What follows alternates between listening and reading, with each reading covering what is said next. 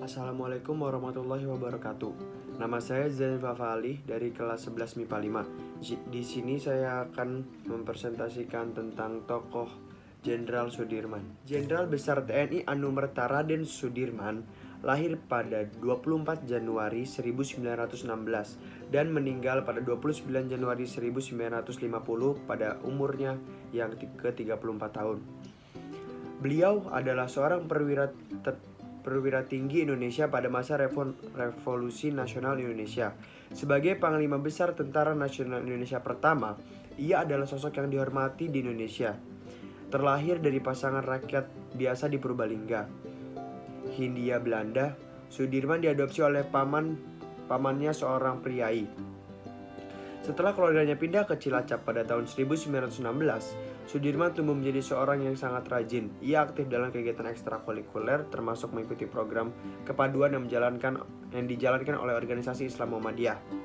Saat di sekolah menengah, Sudirman mulai menunjukkan kemampuannya dalam memimpin dan berorganisasi, dan dihormati oleh masyarakat karena ketaatannya pada Islam. Setelah berhenti kuliah keguruan pada 1936, ia bekerja sebagai seorang guru dan kemudian menjadi kepala sekolah di Sekolah Dasar Muhammadiyah. Ia juga aktif dalam kegiatan Muhammadiyah lainnya dan menjadi pemimpin kelompok pemuda Muhammadiyah pada tahun 1937. Peranan Jenderal Sudirman. 1.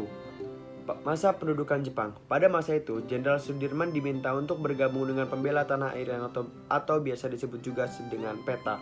Setelah menjabat selama 1 tahun menjadi perwakilan di Dewan Presiden yang dijalankan oleh Jepang, jabatan Jenderal Sudirman sebagai komandan PETA berlalu tanpa banyak peristiwa hingga tanggal 21 April 1945 ketika tentara dikomandoi oleh Kusairi mulai melancarkan pemberontakan terhadap Jepang. Pada saat itu, Jepang meminta Sudirman untuk menghentikan pemberontakan yang dilakukan oleh PETA. Sudirman setuju, tetapi dengan syarat anggota PETA tidak ada yang dibunuh. 2. Negosiasi dengan Belanda.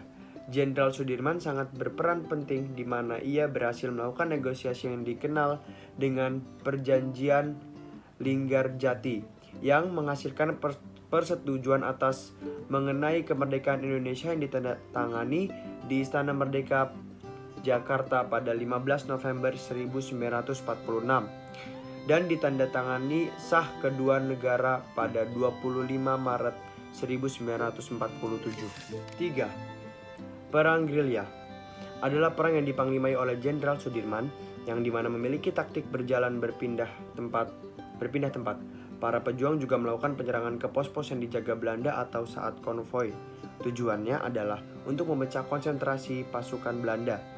Latar tempat peperangan gerilya sendiri berada di Yogyakarta, yang dimana pada saat itu menjadi ibu kota Republik Indonesia pada 22 Desember 1948. Jenderal Sudirman memulai gerilya dan berakhir pada 1 Maret 1949, yang dimana pasukan Indonesia berhasil menguasai kota Yogyakarta. Sekian dari saya, kurang lebihnya mohon maaf. Wassalamualaikum warahmatullahi wabarakatuh.